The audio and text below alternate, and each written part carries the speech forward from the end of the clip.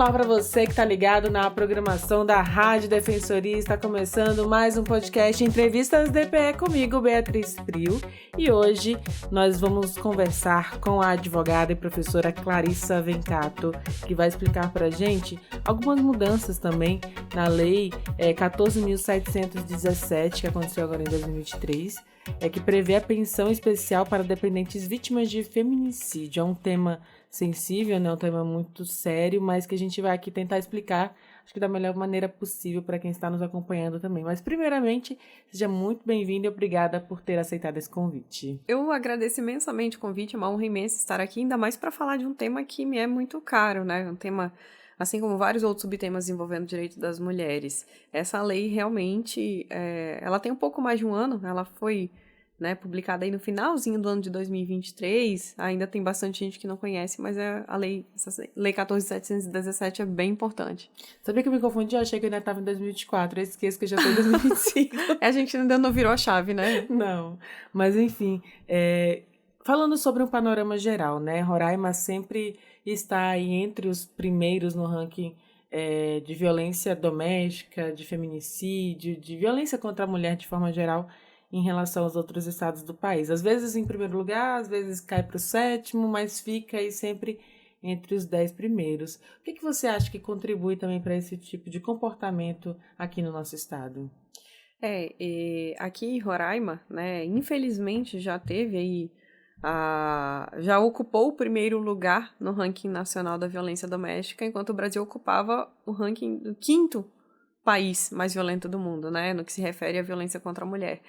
É muito triste saber que nós já ocupamos esse primeiro lugar, né? Foi um relatório elaborado por aquela instituição internacional Human Rights Watch, né, do estado do Brasil que mais agride e mata mulheres e meninas. Mas eu acredito que muitas questões são vários fatores, né? Fator econômico, às vezes fator político também, né? Sem entrar em questões políticas, mas eu acredito sim que uma questão cultural reforçada por valores políticos mais patriarcais também interferem no aumento não só da impunidade, mas também na normalização dessa violência. E hoje, por exemplo, existem várias instituições que já trabalham em conjunto, mas para que isso acontecesse aqui no estado, houve um trabalho também que você até esteve participando desde o início ali também dessas tomadas de decisões, desse formato que se hoje é feito. Isso, eu tive a honra e a alegria de compor a Comissão da Mulher, né, por mais de uma gestão. Eu já tive também a honra de presidir esta comissão ao lado de outras ex-presidentes que sempre atuaram muito intensamente nas pautas femininas aqui, principalmente nessa questão do suporte social ali e jurídico às vítimas de violência, a promoção de campanhas, de eventos de conscientização, panfletagem contra assédio no carnaval. É uma campanha que a OAB ainda mantém, né? Fui vice-presidente da instituição entre 2019 e 2021 e participei muito ativamente de vários eventos como esse que a instituição sempre apoiou. Então, são várias as instituições engajadas aí nessa pauta. Mas agora voltando também um pouquinho sobre a lei, né? O que diz a lei, que no caso é a de lei número 14.717? A Lei 14.717, ela traz, né, a Constituição do direito a essa pensão especial aos filhos e dependentes das vítimas de feminicídio. Portanto, não apenas os filhos. Às vezes, aquele de quem ela tinha guarda, ela era responsável legal, né? Às vezes, um sobrinho, um afilhado. Então, a lei garante o pagamento de uma pensão especial no valor de um salário mínimo, a esse conjunto de filhos e dependentes. Portanto, não é por cabeça, né? E também não é um direito automático. Por exemplo, os herdeiros ali dependentes da vítima de feminicídio vão receber automaticamente? Não. É somente para aquelas entidades familiares cuja renda mensal per capita seja igual ou inferior a 1/4 do salário mínimo. Portanto, aí R$ 379,50, de acordo com o valor atual. E como é que comprova-se, né, essa renda junta com o salário de algum outro familiar que cuida ali daquelas crianças? Na verdade, a comprovação da renda, ela pode ser feita por vários meios, né? Porque, às vezes, ali os que ficaram responsáveis por estes dependentes não têm um vínculo formal, né? Às vezes não tem nem mesmo um documento que comprove.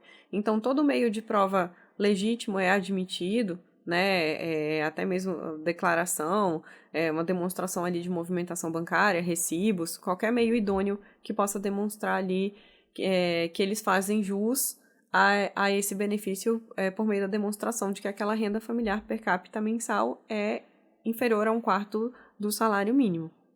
E como é que faz para ter acesso a esse direito, né? A partir do momento que a mulher já se torna essa vítima, né, do feminicídio, como é que funciona também a legislação mesmo, né? O trabalho do judiciário para alcançar e para não deixar essas crianças desamparadas.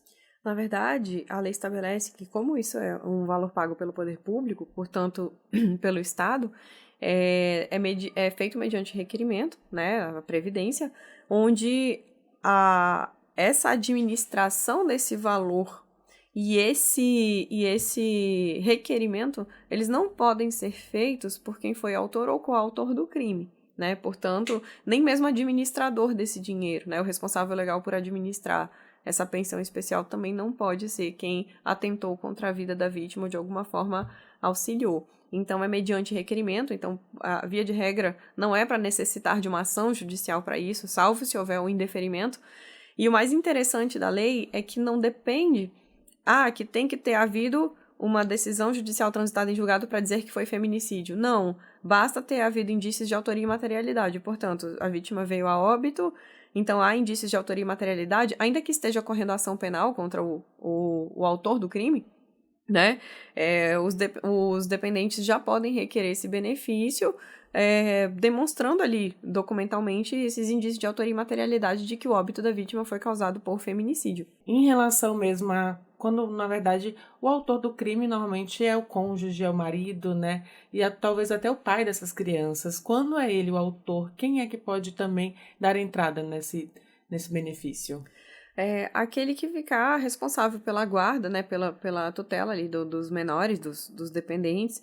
Então, essas pessoas são legítimas para fazer esse requerimento e administrar esse valor, né, desde que haja, obviamente, um documento resguardando aquilo que a gente chama na lei da posse de fato daquelas crianças, né, daqueles menores. Então, normalmente é aquele que detém a guarda que está autorizado. Então, a comprovação da guarda é fundamental para que haja legitimidade inclusive para administrar, né? Porque a lei exige isso em diversas situações. Você tem que ter legitimidade para administrar direitos de terceiros. Existe algum entrave hoje que dificulta o acesso a esses dependentes? Na verdade, eu acredito que um entrave bem importante é a falta de conhecimento da existência dessa lei, né? A falta da orientação jurídica sobre como proceder, quais entidades familiares fazem jus, quando que o benefício cessa, quando que o benefício não pode ser concedido. Então, eu acredito também que o fator econômico, a questão da própria exclusão aí, social digital, ela atrapalha bastante, porque aquela entidade familiar tem direito, não sabe que tem direito, às vezes não sabe nem mesmo onde buscar essa informação, né? Ou procurando advogado, ou procurando a defensoria. Então, eu acredito que um entrave bem importante é a falta da publicidade, né, do conhecimento amplo dessa lei por parte dessas camadas, desses grupos sociais que mais necessitam dela.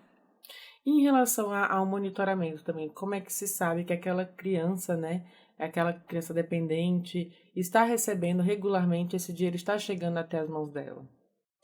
Na verdade, após o requerimento, essa questão do monitoramento, de fiscalização, vamos dizer assim, o benefício ele tem prazo para terminar, né? Então, assim como a gente vê, infelizmente, diversas fraudes previdenciárias aí, né, de concessões de pensões e benefícios a quem não faz jus, da mesma forma também a comprovação, né, dessa ausência de direito, regularmente assim tem que haver uma renovação como é que eu digo, desses documentos que comprovam, por exemplo, que o filho já não completou a maioridade, porque é um dos fatores que faz cessar. Então, daquele conjunto de filhos, o que ficar maior de idade, a cota parte dele, ela é revertida em favor dos outros que ainda necessitam. Então, por isso, constantemente é necessária essa comprovação documental. Que é esse prazo estabelecido, né? Ela acessa aos 18 anos dos dependentes. Mas mesmo antes de cessar, né, com os 18 anos, existe a necessidade de renovar essa documentação também. Sim, até porque por questões de prova de vida e até de comprovação de que aquele grupo familiar faz jus, né? Então, também não sei informar qual é a periodicidade disso, né? São coisas mais, vamos dizer assim, internas do órgão que paga, mas até porque a comprovação de documento de identidade, data de nascimento, tudo isso tem que ser constantemente atualizado. Você falou sobre fraudes, né? Como é que essas pessoas, né, conseguem aplicar essas fraudes para pessoas que não têm direito a esse benefício? Olha, assim, sobre isso a lei tem uma passagem interessante, né? Antes de falar da fraude propriamente dita.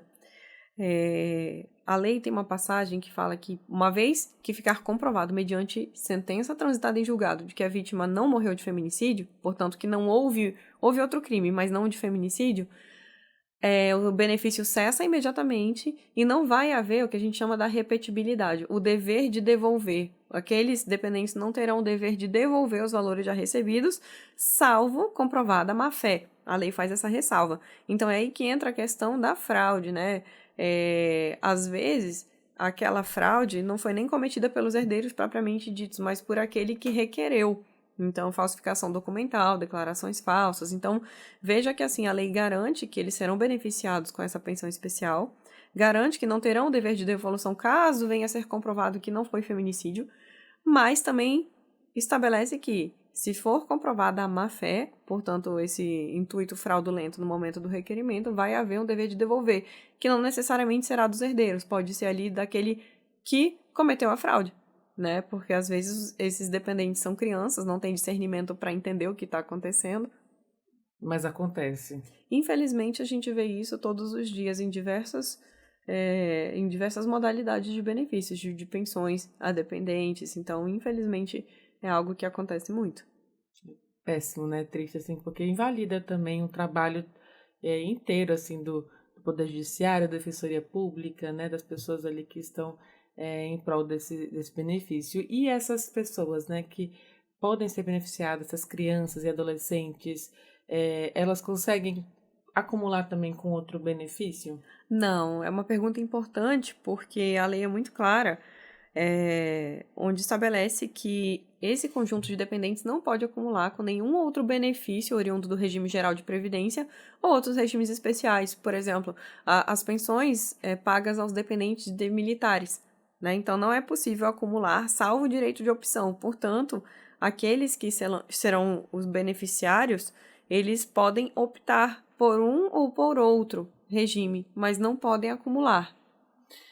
No caso, você está falando para quem já recebe a pensão da questão militar mesmo, né? O direito de filhos de militares, e existem outras pessoas E também? outros do regime geral de previdência, por exemplo, se ele já recebe uma aposentadoria, uma seguridade social ou outro benefício, Um né? Outra BPC pensão também? especial, sim, não é possível o acúmulo.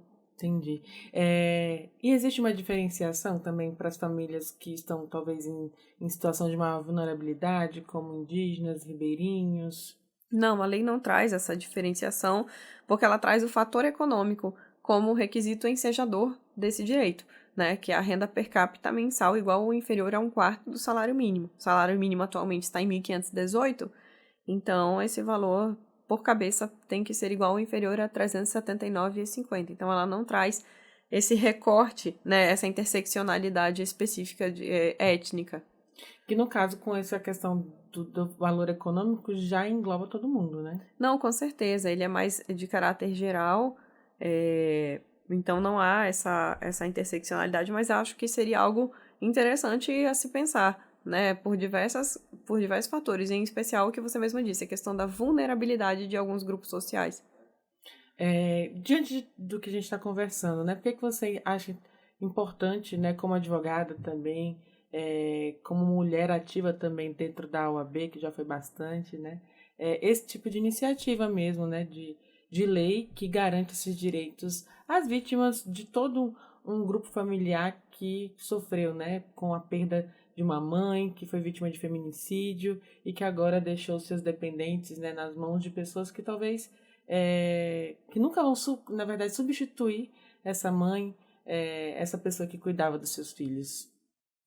Eu acho que é muito importante o trabalho conjunto de todas as entidades que nós temos da sociedade civil na divulgação, né, para que a existência de leis como essa, que são várias as leis de proteção à mulher e seus dependentes, né, que cheguem à população, que cheguem efetivamente para que se torne público o seu conhecimento e possibilite, consequentemente, a reivindicação desse benefício, né, ao Estado.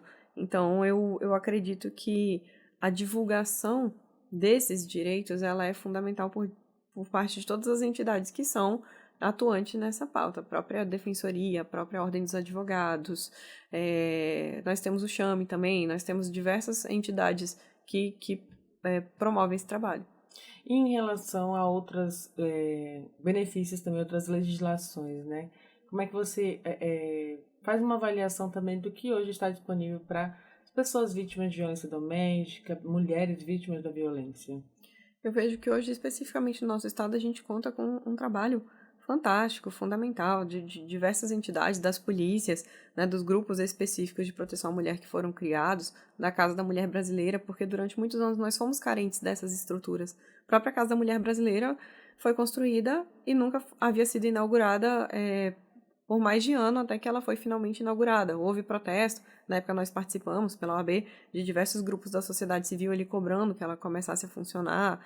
Então eu acredito que hoje o poder público, de uma maneira geral, tem feito um excelente trabalho, né? Inclusive, eu até, contando uma experiência pessoal aqui no dia 1º de janeiro, né? Estava com a família passando o ano novo no nosso sítio, eu atendi um caso de tentativa de feminicídio, onde a vítima, esposa do caseiro próximo, foi pedir ajuda com a boca toda machucada, e eu lá com a internet ruim tentando chamar a polícia, e o grupo do Giro da PM foi prontamente, muito rápido, levou a vítima e seu filho para a Casa da Mulher Brasileira e deu todo o suporte.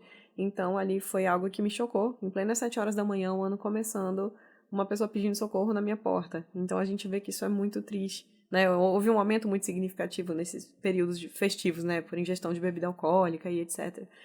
Então eu acredito que hoje o nosso estado conta com um aparelhamento muito eficaz, né, de suporte, desde a Delegacia da Mulher, o acolhimento na Casa da Mulher Brasileira, os grupos específicos que nós temos para atender esses casos da Ronda Maria da Penha, Patrulha Maria da Penha, que foram criações sensacionais. Esses grupos estão de parabéns, de verdade, é muito bom ver esse aparelhamento para proteger as mulheres.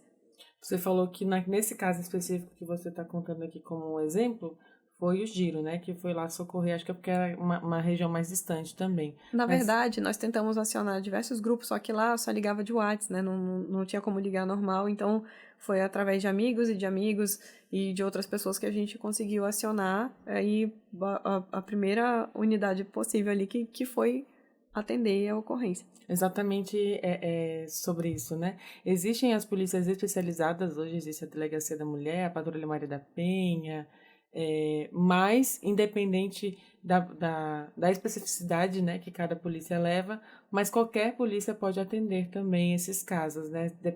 Independente de quem for, não vai com certeza desamparar uma vítima de qualquer crime que seja. Depois pode ser encaminhada especificamente, que é como foi feito, eu acredito, né?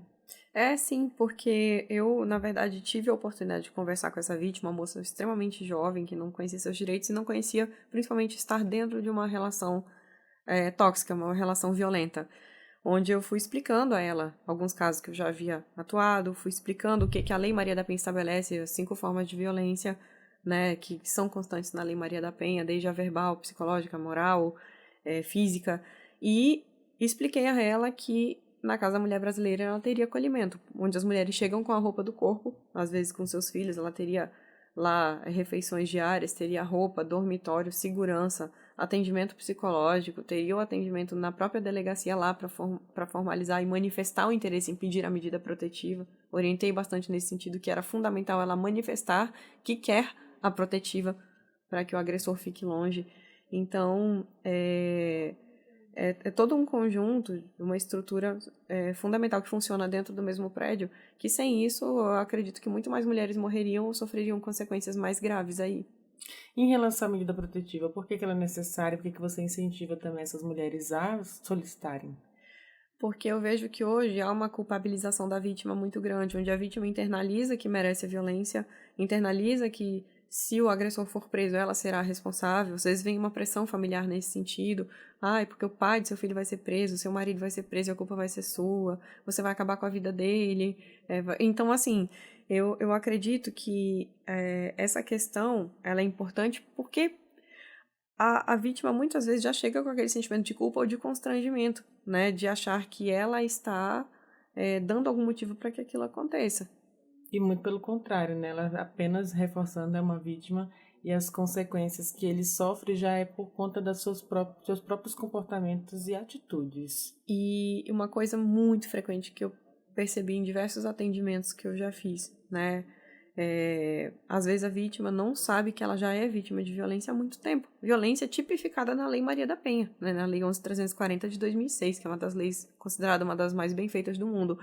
Então, quando a vítima começa a me contar, não, olha, antes ele intimidava, aí jogava meu celular na parede, ele começou a agredir com 2 anos de relacionamento. Mas, gente, ele já praticava todas as violências que já constavam lá.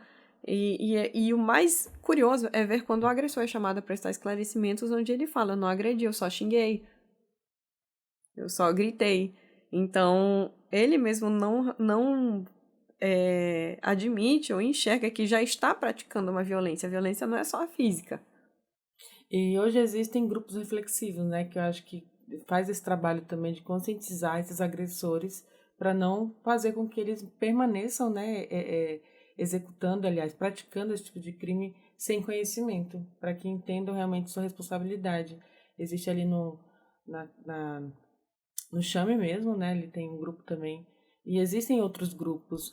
Como é que você vê também a participação desses homens? Você acha que isso soluciona o problema, ou pelo menos reduz e traz esse conhecimento para os homens também? Por que é importante também educar esses homens?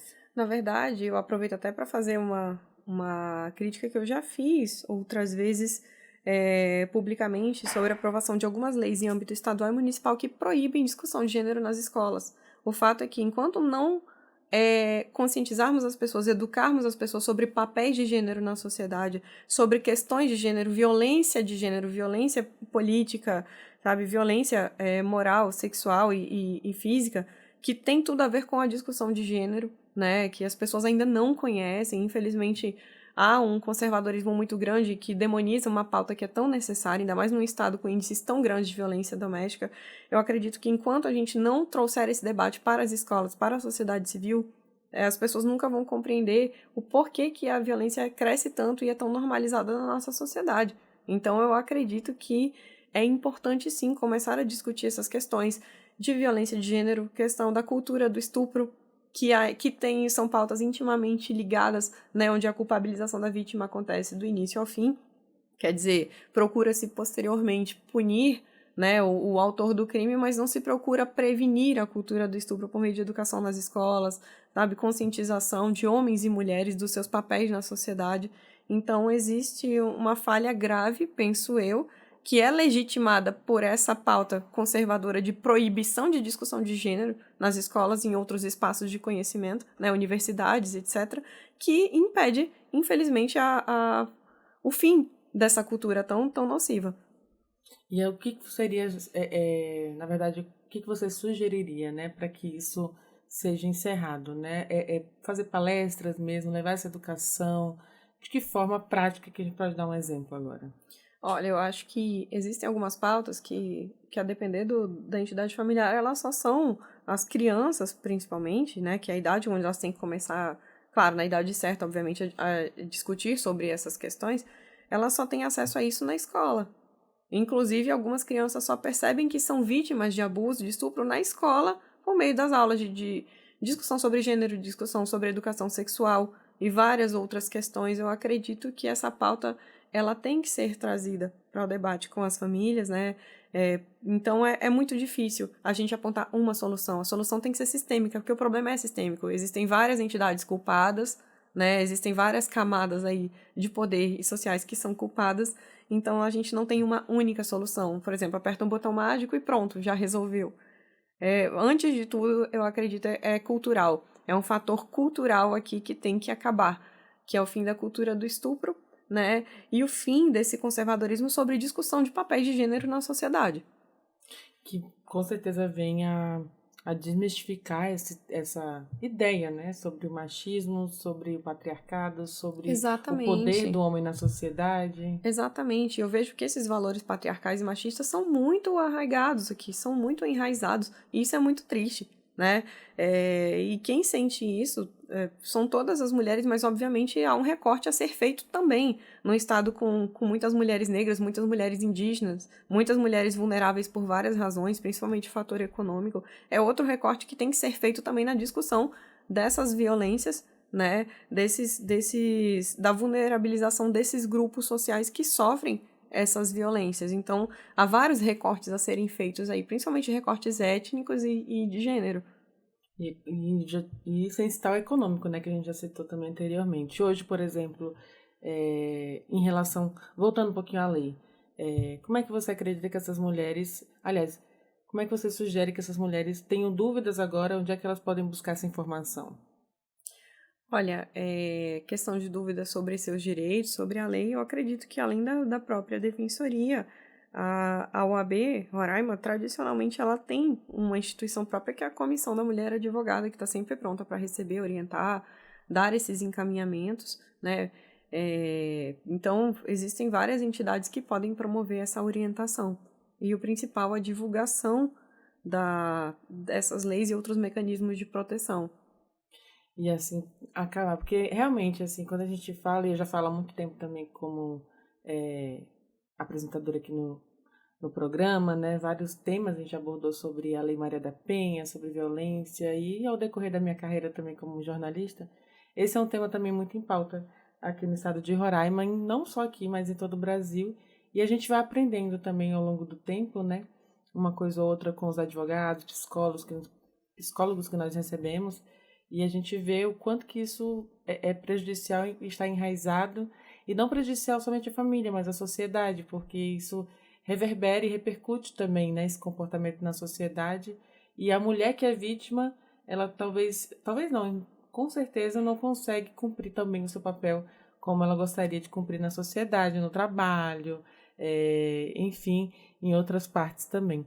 E é muito grave, então fica esse alerta, né? Eu queria que você também deixasse uma mensagem de alerta a não só as mulheres, mas também as instituições que continuem atuando, né? E preservando a vida dessas mulheres. Bom, a minha mensagem é que as mulheres procurem sempre ajuda, que não sintam vergonha, nenhum tipo de constrangimento, e o principal que internalizem que não tem culpa. A vítima nunca tem culpa da violência que ela sofre, né?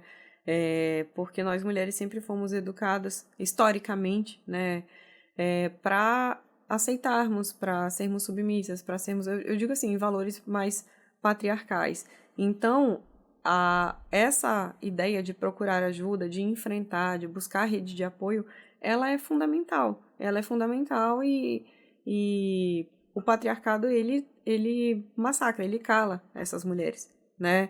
Ele obriga as mulheres a aguentarem caladas, então eu acredito que o enfrentamento, a busca por ajuda, tornar público o que está acontecendo, procurar orientação, né, em delegacia, nessas entidades de apoio às mulheres é fundamental, até para que a vítima se conscientize e receba orientação sobre a realidade que ela está vivendo e o que a lei garante a ela, aos filhos dela, né? O que a lei garante, tanto em questão de partilha, de divórcio, o que a lei garante, em questão de medida protetiva, de indenização e outros direitos.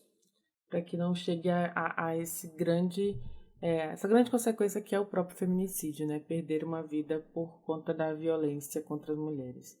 Tem alguns números aqui que eu gostaria até de repassar, né? Que é o Disque 180, o Serviço Nacional que recebe denúncias sobre violência de gênero, né, contra a mulher.